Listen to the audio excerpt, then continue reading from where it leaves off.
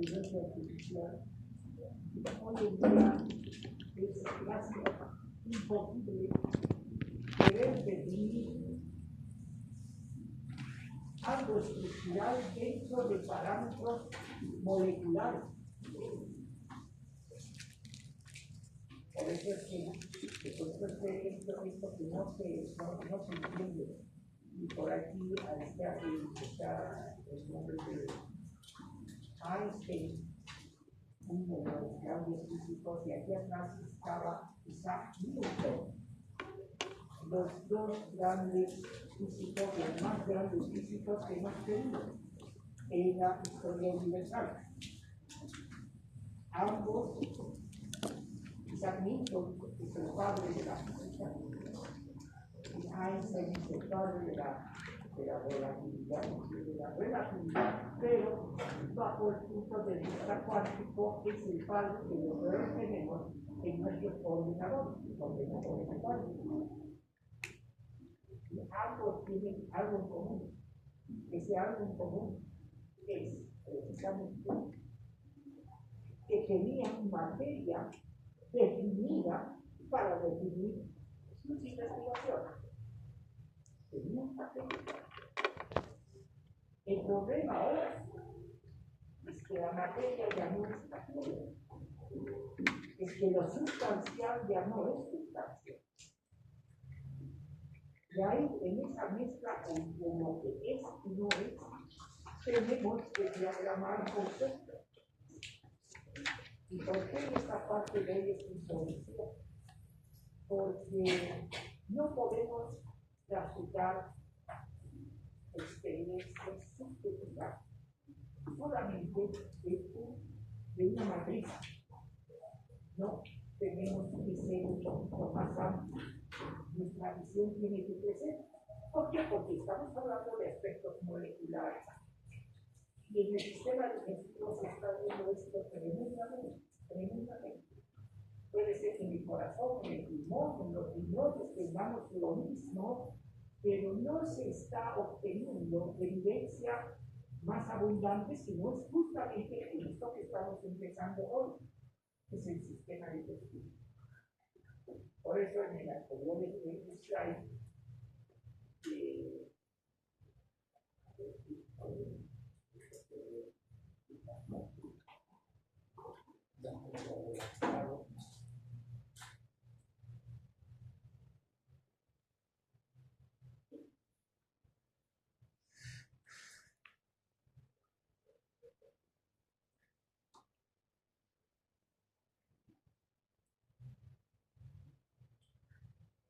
ahora sí, el tema años pasados y la signos de ferotopético y había procesos obstructivos, calculosis, intrahepática, que todo basada no en el accidente, sino todo asociado a códigos de años. Pero cuando empecé a hacer esto, me di cuenta que no se puede avanzar. Y tenemos que ver un solo tema de todo.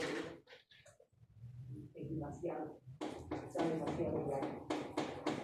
Entonces nos quedamos nada más con pulsera pésima hoy día. Y el resto ya no lo avanzamos. ¿Ok? El resto ya no lo avanzamos. Nos quedamos con pulsera pésima. Ese es el tema fundamental. Ya no voy a ingresar a los otros partes, a los otros temas, porque no va a dar no nos da el tiempo. Solamente tengo un par de clases, o sea, que nos vamos a dedicar básicamente a la úlcera péptica. Hoy día, con este enfoque, hemos visto molecular, además filosófico de la úlcera. Cuando digo filosófico, es el aspecto psíquico. Las enfermedades tienen un avance psicológico hoy en día, siempre lo han tenido. En otras palabras, tratar a un paciente que tiene una X enfermedad, muchas veces la enfermedad está en el intestino, no está realmente exactamente en donde deberíamos pensar. Paciente con depresión, endógeno, paciente con síndrome bipolar, neurosis ansiosa depresiva. No está aquí el problema. El problema puede estar en el intestino. Por eso que empiezo esta clase con un concepto de que tratemos de ser más que dualistas, aceptemos muchas cosas, que esa sumatoria de microestructuras hacen una sola sólida realmente entendible y susceptible de modificación. Todo se puede modificar. Por eso es que vamos a hablar de la úlcera hoy día. Sobre todo, y la próxima clase vamos a ver el enfoque clásico de la úlcera, pero esta clase es el nuevo enfoque de la úlcera. Entonces, aquí hay algo, un grupo de una escuela de psicólogos americanos, y porque también hay parte de Europa, donde hablan de la epigenética y la úlcera. Ojo, la epigenética es la úlcera. ¿Qué estamos hablando? Úlcera péptica. ¿Qué es la úlcera péptica? Una solución de continuidad. ¿Dónde? En la mucosa gástrica. Es una úlcera péptica. Puede ser mucosa gástrica o puede ser en la primera porción al entrar al duodeno, en el bulbo duodenal. Tanto la úlcera en la curvatura menor o en la curvatura mayor, la úlcera gástrica presentes a ese nivel, se llama úlceras gástricas pépticas, ya sea en la curvatura menor o en la curvatura mayor. Y la otra es la úlcera duodenal. ¿Dónde se presenta la úlcera duodenal? Pues a la salivita del antropiloico. Ahí se da la úlcera duodenal. Ambas son úlceras, sí, ambas son úlceras. Y ambas tienen sus mecanismos de producción, así es. Y antiguamente lo que se aceptaba era toda úlcera. Si hay ácido, hay úlcera. ¿Y qué tenemos como jugo gástrico? Ácido. ¿Cuál es el pH de nuestro jugo gástrico? 1.5, 2.2. Ácido, absolutamente ácido. Tanto así que han hecho experimentación, han sacado del estómago el ácido y han hecho botear sobre elementos sólidos. Y perforan. Entonces nosotros, ¿cómo que no nos perforamos? No nos perforamos porque tenemos una capa mucosa abundante con cargas negativas que están tapizando todas las células del antro, del cuerpo, de las curvaturas y partes del bulbo duodenal. Gracias a eso, a esa elevada concentración de mucus que tenemos y bicarbonato, no sufrimos daño. Pero si habrá la enfermedad ulcerosa péptica, así se llama en general, sea úlcera gástrica, sea úlcera duodenal, la enfermedad ulcerosa péptica será tratable. Se podrá compensar. Habrá que aceptar el término de que si hay ácido, hay úlcera. Ya no. Porque hoy en día sabemos que las úlceras no solamente son por el estado ácido gástrico, las úlceras son también por el estado alcalinizante. Por eso es que quiero que ampliemos nuestro concepto. Los gastroenterólogos se han pasado todos los anteriores años, en el siglo pasado, incluso este siglo, se han pasado recetando antiácidos, bloqueadores H2, bloqueadores de bomba profunda. Eso es lo que han hecho. Se ha asumido que era úlcera por hiperacidez y no existe simple hiperacidez. Puede existir más bien hipoacidez o alcalinidad. Entonces, la úlcera tiene hasta un 70% aspecto cognitivo-conductual. Así que la úlcera péptica, ya no hay que pensar en que si hay ácido, hay úlcera, no, esos son bacanas. Antes también decían otro aforismo, decía la úlcera bonita no es cáncer, y la úlcera fea es cáncer. Tampoco, ya no eso. La úlcera nace como úlcera. Y el cáncer nace como cáncer. No esperemos que una úlcera se transforme en cáncer. No va a dar eso. No hay eso. No está planificado. Molecularmente hablando, no se ve. Entonces, hay que cambiar todo. Hay que ser muy amigo de los antiácidos. Hay que ver mediante estudios de pH-metría gástrica. Estudios de pH-metría gástrica hay que hacer. Estudios de la capacidad hidrogeniónica de las células parietales y principales para ver qué estamos enfrentando.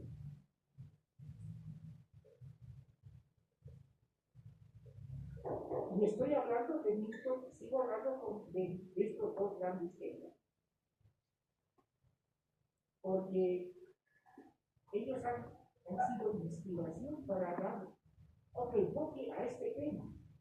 Otro enfoque a este tema. Entonces, la función determina la estructura. Así era en la época de Newton. Así ha sido hasta Einstein, que estamos hablando 60. Ya para el 55, no 60, 50, 40, 50. Ya para el año 55 fallece Albert Einstein, fallece el 55 en abril. O sea, todo lo que ha precedido a eso les ha dado campo para poder determinar ciertos elementos de estructura, definición.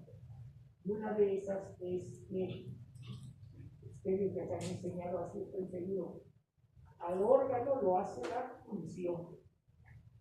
Queremos tener bíceps grande, tenemos que hacer pesa. Sí, pero ya no es así.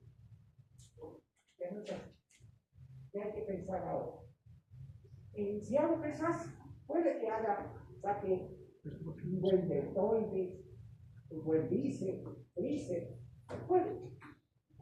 ¿De qué depende? ¿De cuánto hago? O depende de nuestra conexión. ¿Saben de qué depende? Ya no es el órgano, la función, no, ese concepto hay que sacarlo de la cabeza. Entonces ya no, el órgano no hace, la función no hace al órgano, no, ya no, eso es muy pasado.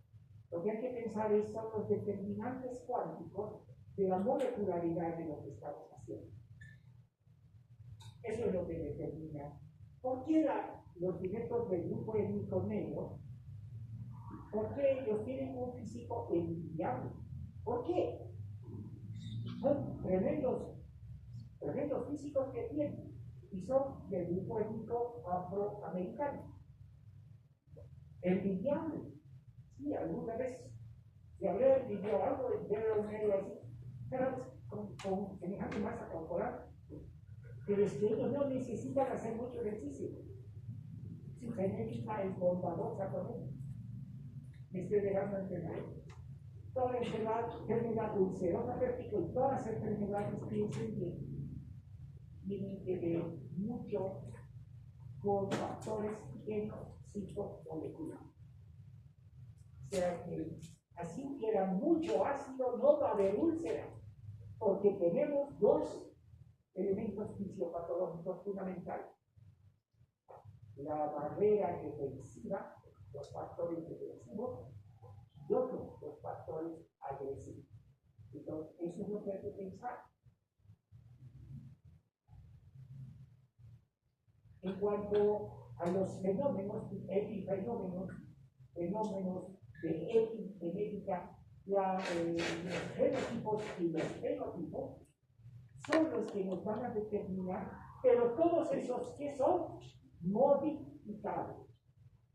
O sea que lo más importante de la enfermedad ulcerosa péptica es hablar del estado psicoemocional. Y luego vemos factores más manipulables. Claro, esta clase está enfocada a eso, a hablar que no nos tocan normalmente. Entonces, ¿qué tenemos en la patogénesis? Como hemos visto aquí, los factores psicosomáticos del estrés no explicarían en su totalidad la patogénesis de la úlcera péptica, sino en su totalidad, pero hay un 60-70% que sí están incluidos en los factores psicosomáticos. La úlcera péptica afecta en relación varones y mujeres, afecta dependiendo dónde está la úlcera. Por ejemplo, la úlcera péptica gástrica era más común en el siglo pasado, era más común en mujeres. Y la úlcera péptica duodenal era más común en varones. En este siglo, ya van 24 años que estamos en este siglo, ya no se da así. Ahora resulta que las mujeres tienen más úlcera duodenal. Las mujeres, más úlcera duodenal que los varones. ¿Cómo se explica esto?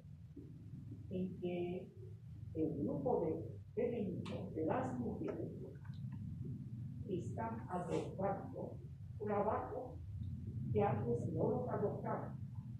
En otras palabras, las mujeres ahora manejan absolutamente todo.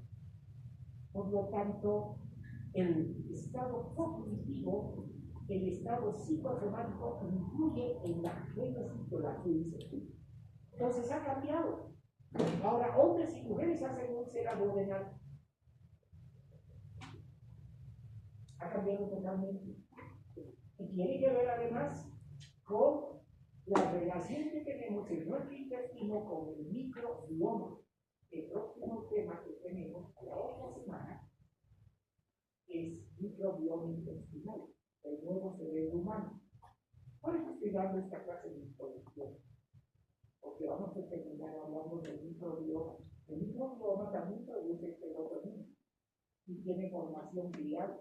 ¿Y quiénes forman ese microbioma? Pues bacterias. Bacterias que tenemos que tener. Se ha llegado a tanto que hoy en día sabemos qué vamos a comer para alimentar nuestra flora microbiana. Así está. Y esto va a seguir avanzando en ese sentido. Sabemos cómo se realiza la absorción intestinal. Ya sabemos dónde está el microbioma en el intestino grueso. Y hay que alimentarlo. Y no es nomás de tomar antibióticos porque estamos destruyendo nuestra flora microbiana. Es el concepto que manejo cambia transversalmente. ¿Quiénes más están involucrados? Además de los aspectos psicosomáticos, el pensamiento, el estrés, y la génesis de la úlcera, estos que están aquí. Y este juega un rol muy importante, el Helicobacter pylori. Helicobacter pylori. Se ha visto que el Helicobacter pylori es un factor agresivo. Es un factor agresivo. ¿En qué tipo de úlceras se producen más? En las úlceras gástricas o duodenales. Pues en las úlceras duodenales. Pero todos tenemos el Helicobacter pylori, sí señor. Si ahorita hacemos un muestreo de todos ustedes y mi persona, todos vamos a dar positivo al Helicobacter pylori. ¿Por qué? Porque está dentro de la contaminación de nuestros alimentos. Nos vamos a contaminar. Más aún, si tenemos este sistema de alimentación. A veces, oye, ¿por qué no me invitas un poco de tu refresco? Y están tomando de la botella y le pasa. Y el otro lado toma de la botella. Se están transmitiendo qué cosas, bacterias. Y en vez de qué están transmitiendo, Helicobacter pylori. Hay que tener un poco de cuidado nada más. Pero de que igualmente vamos a agarrar el Helicobacter, sí. Y lo mejor, el Helicobacter pylori es fundamental, está en la estructura del microbioma intestinal. Ahí tenemos alto lactobacilo. Bien, dicho esto, ya nos vamos aproximando poco a poco las causas.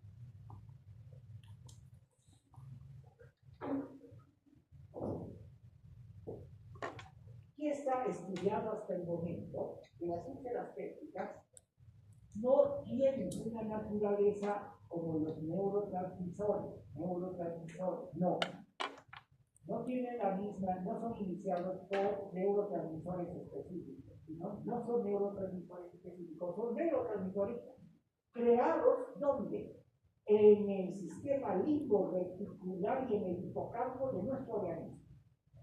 Ahí es donde se van a iniciar estos estímulos que van a ser coagulados, por una parte, como estímulo nocivo, aunque es defensivo, pero como nocivo, el ácido gástrico, pH gástrico, el Helicobacter pylori, que lo tenemos porque somos seres humanos, y también los perritos y los gatitos tienen el Helicobacter pylori en su estómago, y estos que son los AINES, los esteroides antiinflamatorios, antiácidos no esteroidales, analgésicos antiinflamatorios, AINES, aquí se llaman en inglés NSAIDs. Estos entonces son los tres fundamentales agresivos. Uno, neurotransmisores que están haciendo a partir del estrés. Dos, el mismo ácido gástrico. Tres, el contaminante, el Helicobacter pylori. Y cuatro, el factor más agresivo, los AINES. ¿Por qué los AINES? Porque producen retrodifusión de iones hidrógeno, como vamos a ver la próxima. Pero también están bien involucrados, ¿no?, los factores psicosomáticos y las úlceras que se producen por estrés. ¿Cuál estrés? No es necesario que alguien lo esté molestando. Todos asociamos estrés en nuestra vida. El hecho de venir a pasar clases ya los estresa. Entran a pasar la clase, están estresados. Están pensando, ¿qué está hablando? No entiendo. ¿De dónde voy a consultar? ¿Dónde voy a leer? Todo es un estrés, todo es un estrés. ¿Estamos? Nuestro sistema se basa en el estrés. Entonces, ya me adelantó algunas cosas que están, vamos a quedar con que hay factores de riesgo que son netamente factores agresivos y factores defensivos. Con eso pasamos a la parte molecular. Antes he traído una fluoroscopía de una úlcera duodenal penetrante. Miren, aquí está. Esta es la solución de continuidad. Aquí está toda la mucosa, miren, la mucosa gástrica donde están las células parietales principales que van a crear el pepsinógeno, van a recordar el pepsina, el ácido clorhídrico, que es netamente ácido, y crean una solución de continuidad. Entonces, en vez de que esto siga en el acá, ¿no?, se ha hecho una pequeña, un pequeño cráter. ¿Ven? Es como un cráter. Hay una solución de continuidad. Ya no hay continuidad en el epitelio. Se ha hecho un hueco, se ha hecho una úlcera. Esta es una úlcera. Estamos observando aquí. Aquí está la úlcera. Obviamente, con fluoroscopía estamos viendo le han dado un alimento validado con varios, y por eso tuvimos contrastado después de una úlcera penital duodenal con varios tomadas risco y se observa la úlcera. Miren ustedes, esta es la úlcera.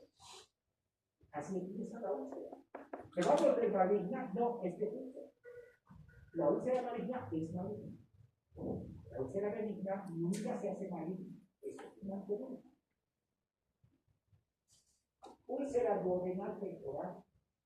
Aquí tenemos ya una tomografía. Esta es una tomografía. En tomografía, todo lo que se ve muy negro es aire.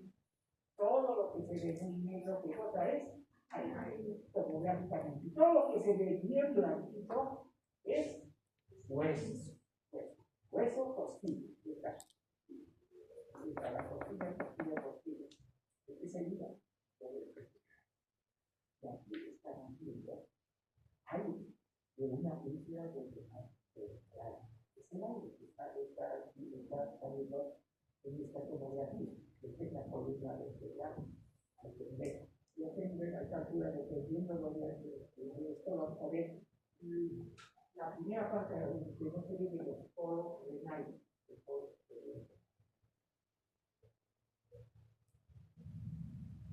Esta es una pulsera gigante gástrica. Una úlcera gigante. Pareciera que fuera cáncer, no, es una úlcera gigante. Miren las aberraciones de estas cositas rojas.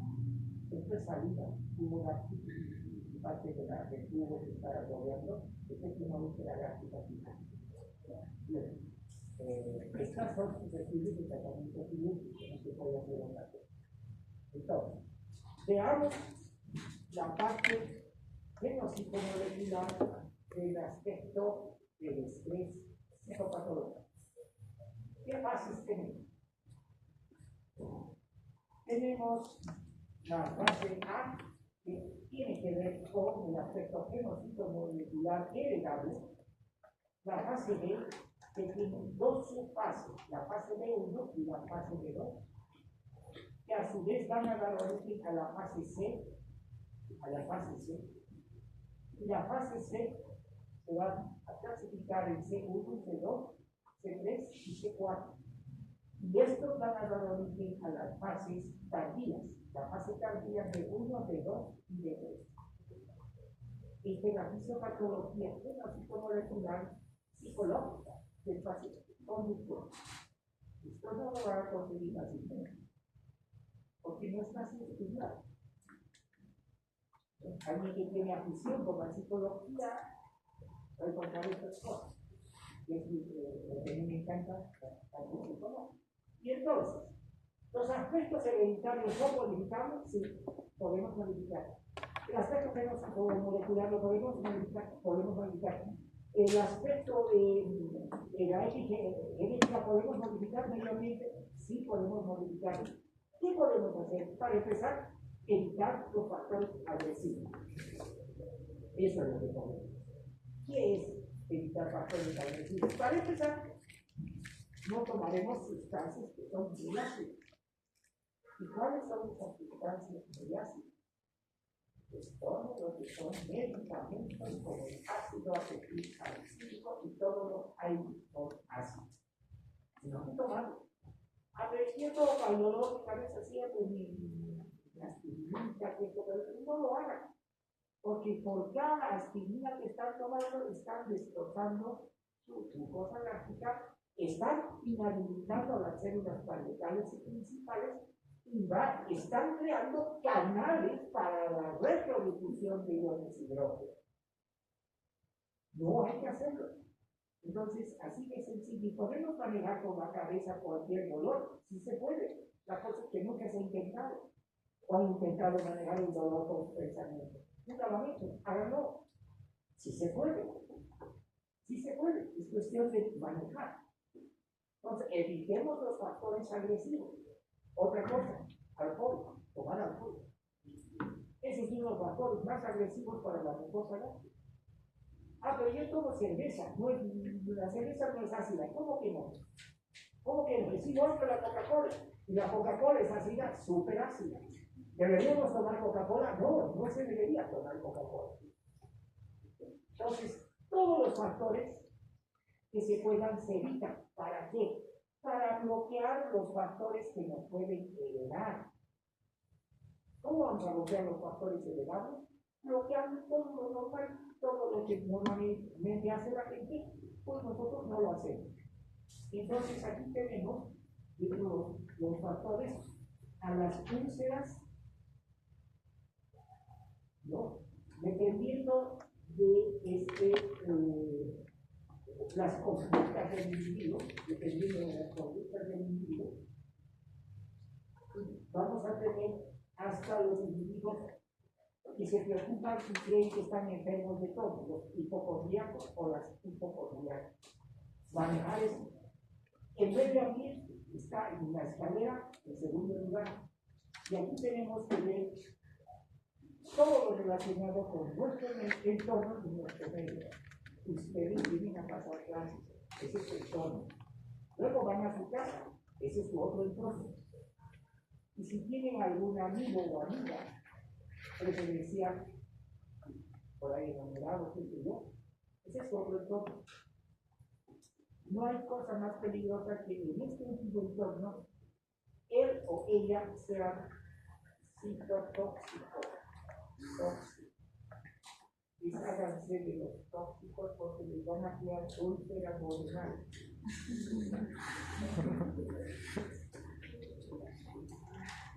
Luego tenemos hábitos, costumbres. Hay una costumbre bajar del alto del ejército de temporada, ¿no?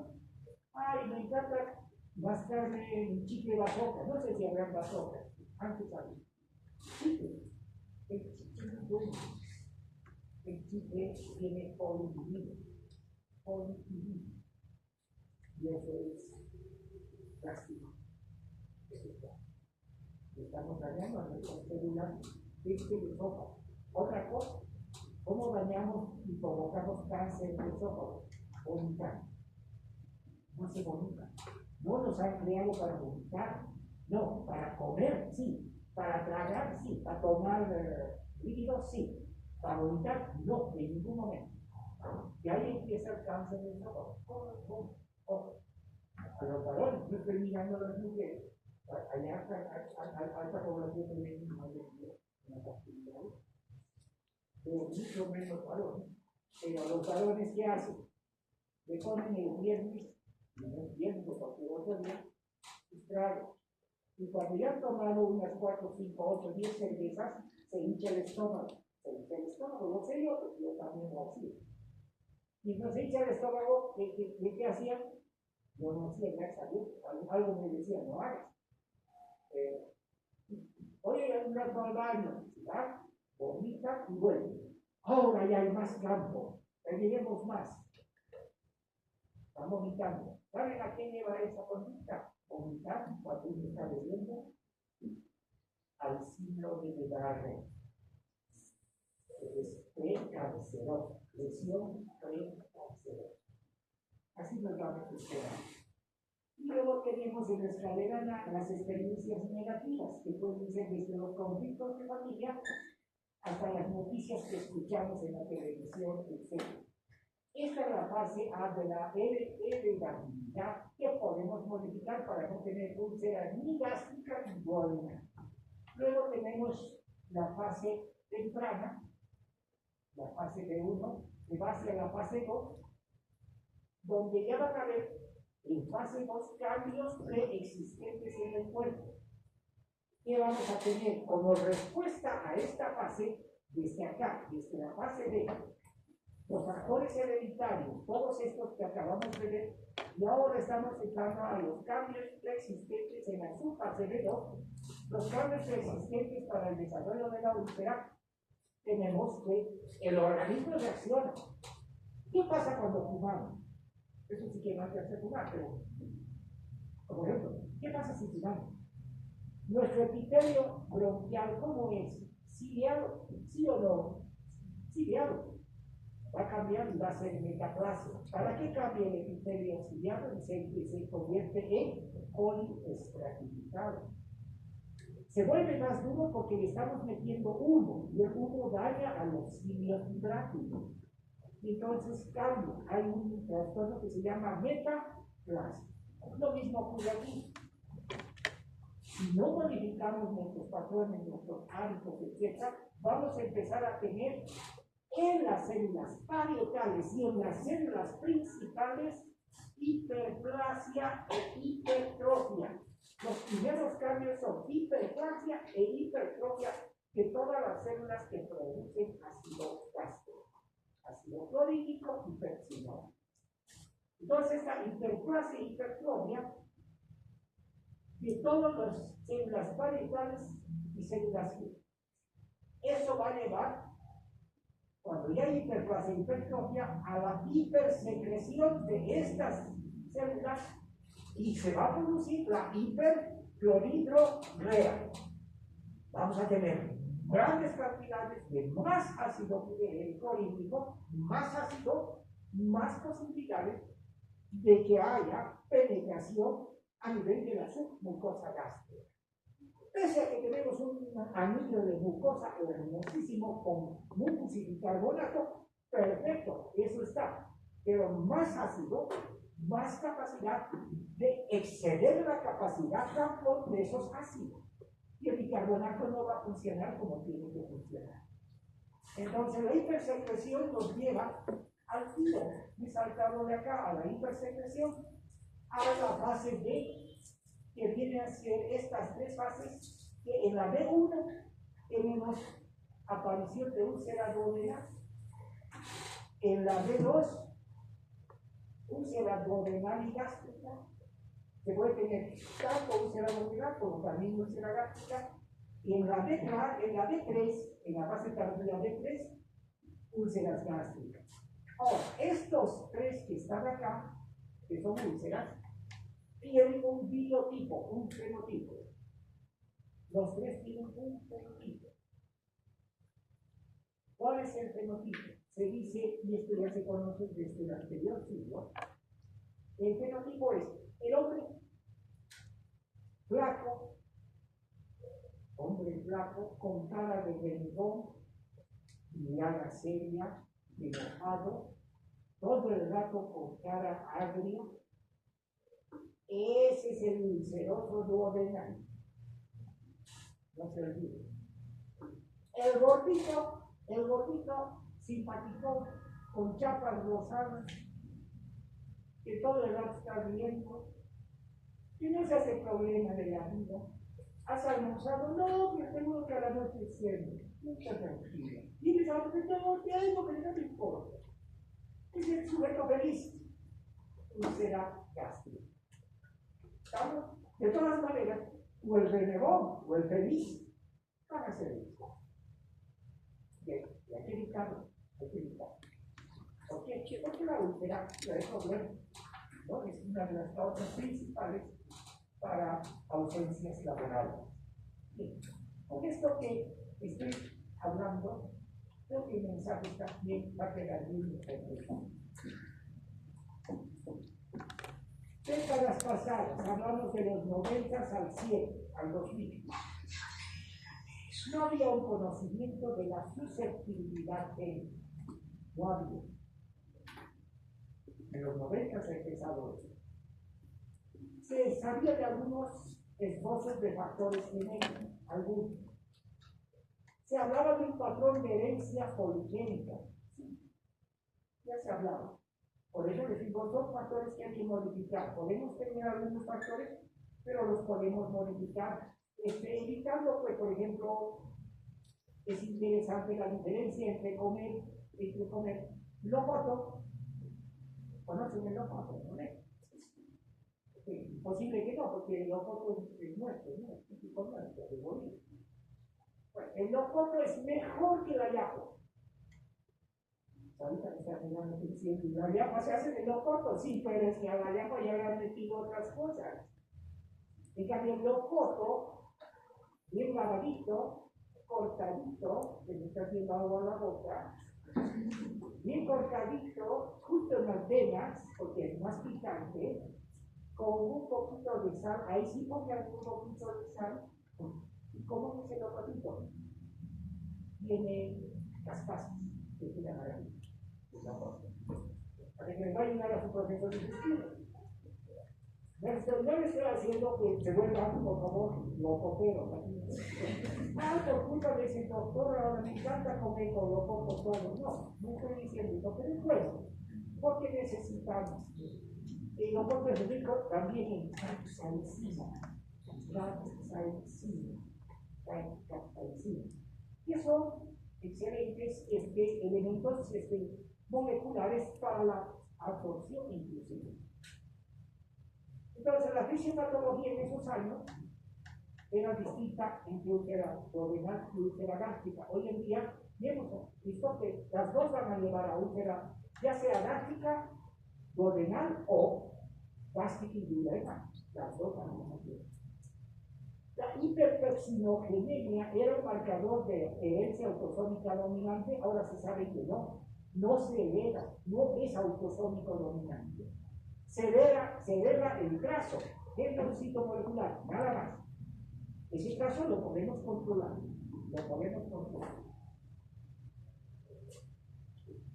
Y en los años 90 también apareció la era del Helicobacter pylori. Y entonces las preguntas en ese tiempo eran estas. ¿Son factores genéticos los que predisponen a la infección con Helicobacter pylori? Ahora sabemos que no son genéticos. Son medioambientales. Está en la lechuga que comen. La lechuga no está bien lavada, seguro que de repente está contaminada con HCl. Helicobacter pylori. ¿Estamos? Entonces, verduras, la fruta, lava la fruta, no, mucha gente no lava.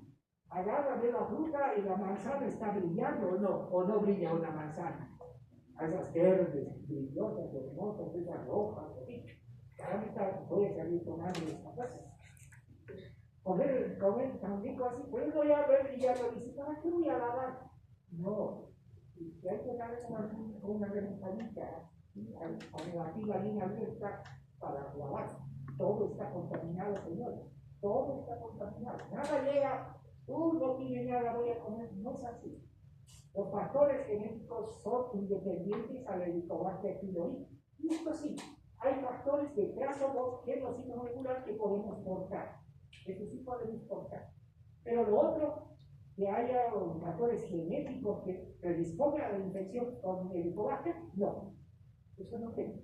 El Helicobacter lo agarramos por contaminación. Se ha determinado que existe un polimorfismo genético que actúa sinérgicamente entre el huésped, bacterias, citoquinas, la cascada de citoquinas y el gen. Que se llama este polimorfismo el ICE-A1. ICE-A1. Y esto lleva a qué enfermedad? A la enfermedad ulcerosa duodenal. El ICE-A1 puede llevar, ya se identificado este polímorfismo, y lleva a la enfermedad ulcerosa duodenal. No gástrica. Genomas, ahora veamos, estudiemos al Helicobacter, genomas del Helicobacter. Tenemos genomas del Helicobacter y polimorfismos del huésped involucrados en la activación de genomas del Helicobacter. Tenemos uno, interleuquina 1 beta, sin activar interleuquina 1,6, úlcera duodenal. Mecanismo de esto para la presentación, inflamación de la misma. ¿Cómo se inflama? Cuando tomamos tabletas N6, que son los derivados para analgésicos no esteroidales. Fenilbutazona, todo lo que toma, todo el mundo toma. Yo he conocido gente que cualquier dolorcito que tiene de cabeza o lo que sea, ya están tomando algo. Incluso se ponen supositorios de indometacina. Ay, no, me sienta muy bien, porque me duele la cabeza, me duele mi hombro, me duele mi codo, me duele la rodilla. No sabe ni por qué le duele, que ya está tomando el analgésico. Y eso produce retrodifusión de qué? ¿De qué cosa? Iones hidrógeno. Los iones hidrógeno, ¿qué van a hacer? Destruir la mucosa gástrica. Y la úlcera va a aparecer. O sea que el enemigo le está tomando analgésicos no esteroidales, antipiréticos para nada, no necesita. Muy bien. Y aspectos inherentes relacionados al huésped. Entonces tenemos activación de la interleuquina 1 beta y sin activación de interleuquina 6 que llevan aquí a la úlcera duodenal. En la población japonesa, donde más han estudiado, los japoneses son autoridades en el campo de la enfermedad digestiva. Por eso hay los gastroenterológicos en todos los departamentos de Bolivia, en todo el mundo. Son los que más han estudiado porque tienen un problema de salud pública en Japón, el cáncer gástrico. Japonés, por ser japonés ya tiene el trazo. El japonés dice, no puede decir voy a modificar, no. Su trazo está ahí definido. puede hacer cáncer. Lo que tiene que hacer el japonés es no ponerse en mucho riesgo, evitar todos los factores de activación del fenómeno. El polimorfismo en la población japonesa apunta al factor de necrosis, el factor de necrosis tumoral, y no a la interleuquina 1 beta, esta, no. ¿Qué produce ese polimorfismo allá para los japoneses?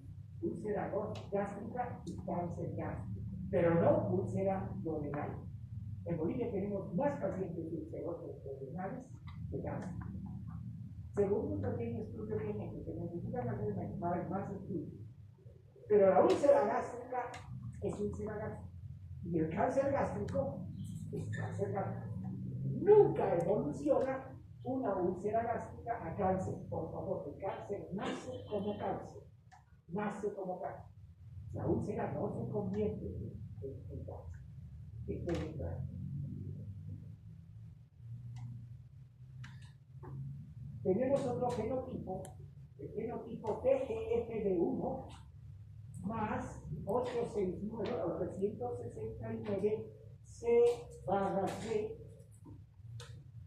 Este fenotipo más bien es bueno porque disminuye el riesgo de desarrollar úlcera duodenal. En otras palabras, la gente que porta este fenotipo TGFB1 más 869 CC tiene menos riesgo de hacer úlcera duodenal. El polimorfismo químico en relación a las citooxigenasas, ¿qué quiero decir por citooxigenasas?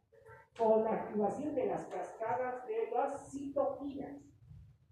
Tanto para la COX-1 y la prostaglandina son factores que estaban siendo considerados hasta el 2015. Hoy en día esto ya ha avanzado. Hoy ya se tiene exactamente el polimorfismo.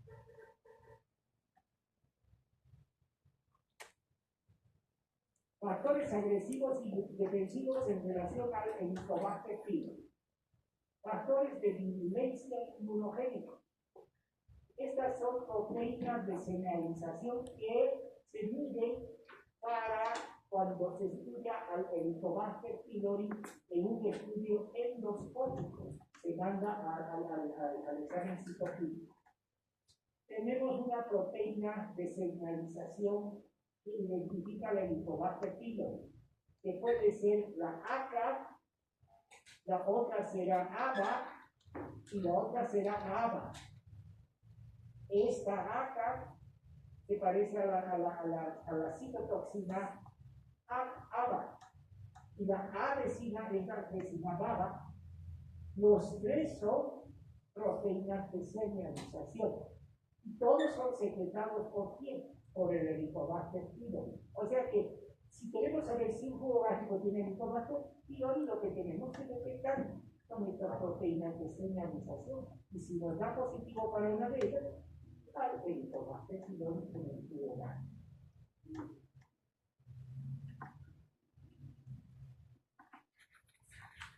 La SACA induce la respuesta proinflamatoria por una táctica proliferación intracelular en el hueso.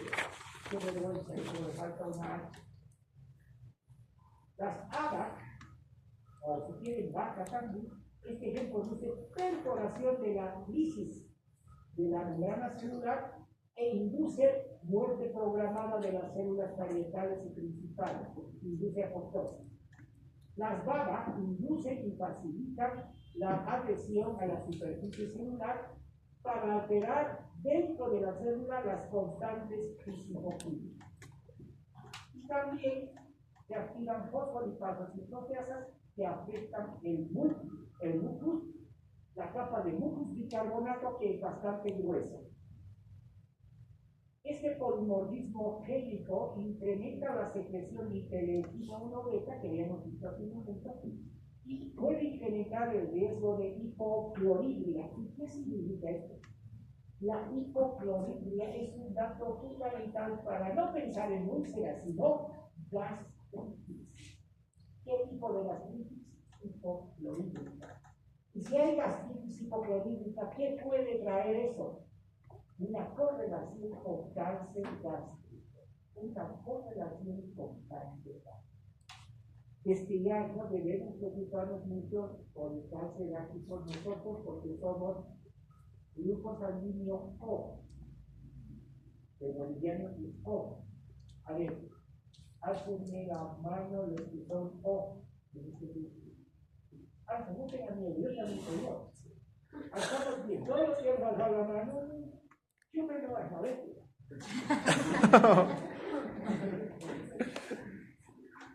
Muy bien, entonces, si nos protege un poquito, nuestro grupo sanguíneo O es un poco protector para el cáncer gástrico. Hay otros cánceres que nos pueden afectar. Bueno, entonces aquí tenemos esta tablita que la hice hacia todos los datos y tenemos el ABA, función toxina.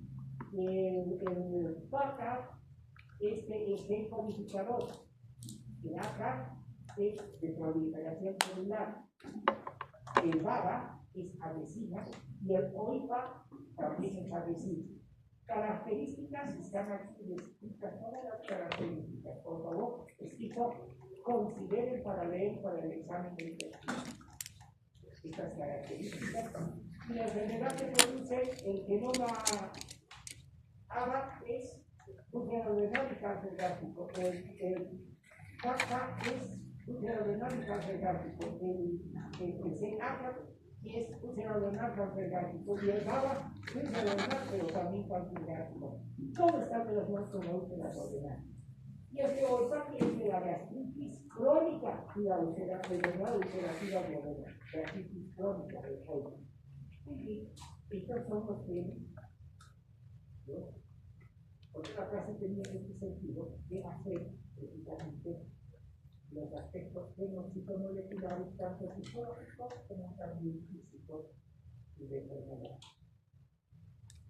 El genoma de Helicobacter tiene, ya se ha determinado, 1.65 millones de pares de bases.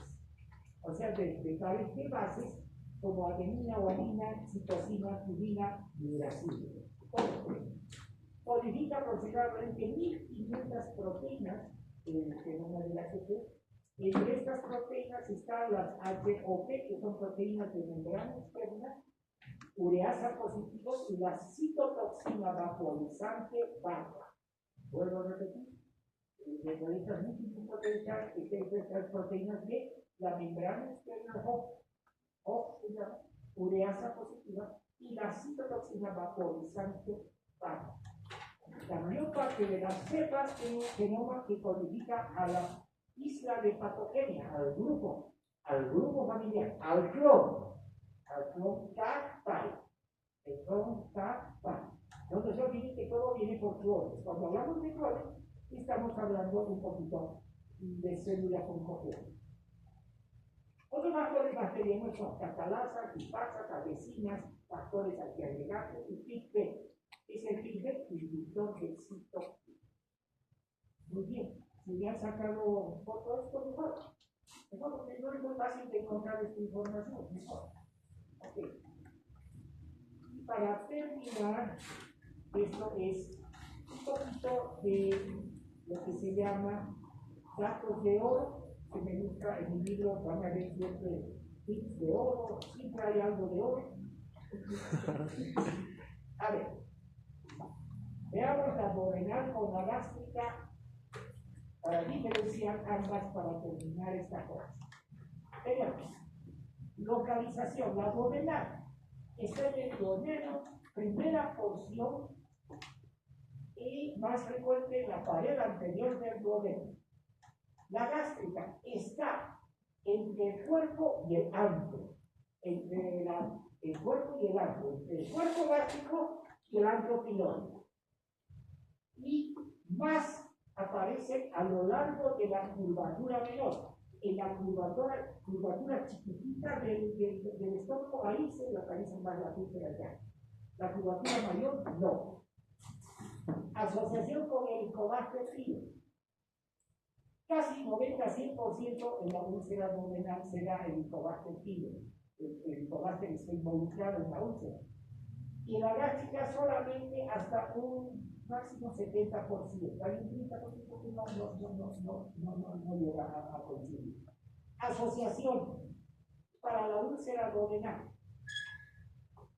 El COPD es enfermedad broncopulmonar obstructiva crónica, el alcoholismo, la cirrosis y los hiperparatiroidismos. Y ahí hablamos de los síndromes MEN. Síndromes MEN 1, MEN 2, 2A, 2B, 3. Síndromes, ¿qué son los MEN? Síndromes multineoplásicos endócrinos. Síndromes multineoplásicos endócrinos. Y en el gástrico, asociaciones. En el gástrico, miren, más el reflujo biliar, lo que llamamos comúnmente vinagrera. ¿De acuerdo? ¿No es cierto? Eso deben haber oído. ¿De qué se queja? ¿De qué se queja? Vinagrera, algo ácido me sube hasta mis oídos. Eso es vinagrera. Eso es reflujo.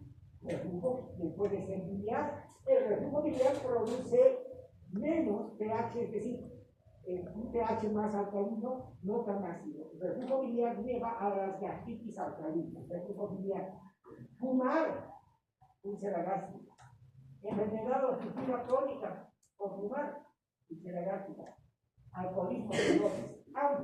Tanto el EPOC como el alcoholismo, etc., tanto van a producir úlcera duodenal como gástrica, en ambos casos. Frecuencia es que tenemos hasta 80% para la úlcera duodenal, para la patología ulcerosa duodenal, y en la gástrica solamente 20%. La patogénesis, excesiva producción ácida en la duodenal. En cambio, en la gástrica el defecto es secundario a la barrera mucosa. En otras palabras, eso vamos a ver en la próxima clase. Cómo funciona la barrera mucosa gástrica. ¿Estamos? Más está con relación a la gástrica. La duodenal, sí, la patogénesis es un poquito pensamiento, estrés, ocupación laboral. También metido en mucho la duodenal el aspecto psicológico del psicólogo. Relación hombres y mujeres, duodenal 3:1 y gástrico 1:5 a 2:2. Complicaciones en la duodenal, hematemesis, melenas sangre en las heces negras, las melenas. Perforación hacia el páncreas, y en la gástrica, hematemesis también melena, perforación, pero con el signo del aire bajo el diafragma. Es un signo muy bonito en una placa del paciente en el cúbito supino, una placa PA. Asociada con cáncer duodenal, no. Asociada con cáncer la úlcera gástrica solamente en 1 al 4%. No hay más asociaciones.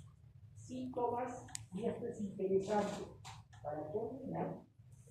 ¿Qué es el dolor? Siempre se habla mucho del dolor. Dolor como calma, dolor. Hay cosas así que explica el paciente. Sí. En la úlcera duodenal tenemos dolor de 1 a 3 horas después de comer. En la úlcera duodenal, el dolorcito, es un dolor como pulsadita y que deja un vacío, se presenta después de comer a la hora o hasta las 3 horas después de comer. Ese dolor pasa con que se alivia con antiácidos. O sea que eso comprueba que puede ser úlcera duodenal. ¿Por qué? Porque la úlcera duodenal está más relacionada con hipersecreción, no se olvide, con hipersecreción. Pero también puede venir con secreción, que no se piensa en gastritis. Y en la úlcera gástrica, el dolor agrava por la comida. Es decir, el paciente ulceroso gástrico, comer más bien le produce dolor. Y entonces lo que hace el gástrico es comer poquito, porque si come abundante le produce más dolor. Entonces, fracciona su comida, fracciona. Come casi todo el día, pero pedacito a pedacito, de gato en gato. Es una manera de comer que tiene el paciente que ya tiene úlcera gástrica. ¿Por qué? Porque el dolor puede agravar con la comida, si se come mucho. Y obviamente con antiácidos el dolor va a estar aliviado.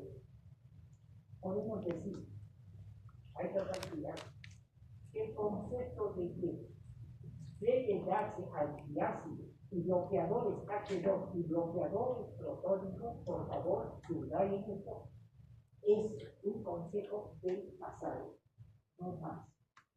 Los bloqueadores H2 y los bloqueadores de bomba protónica han ocasionado grandes enfermedades en la década pasada. Ya no hay que estar usando así. ¿Qué es lo que hay que hacer?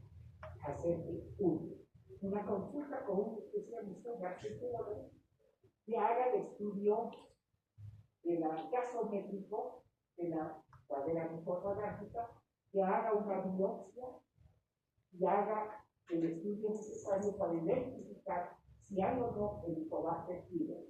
Eso es como se tiene que pensar. Y no tomar antiácidos, porque sí. No tomar aguas alcalinizantes. Han venido a ver que en los supermercados, en todos lugares, agua alcalina está vendiendo. Y la gente compra. Yo estoy tomando agua alcalina porque dice que es buena. No es buena. No tenemos que alcalinizar nosotros nuestro jugo gástrico. ¿Qué tenemos que hacer? Así, hacer lo que sea ácido. ¿Qué tenemos que tomar? Jugo de limón. Jugo de limón. Eso sí es bueno. Tiene que ser jugo de limón. Y eso verifica, el limón tiene pectinas, unas pectinas que son muy buenas para el metabolismo. Bien, con esto acabaríamos esta parte de la clase y seguimos la próxima.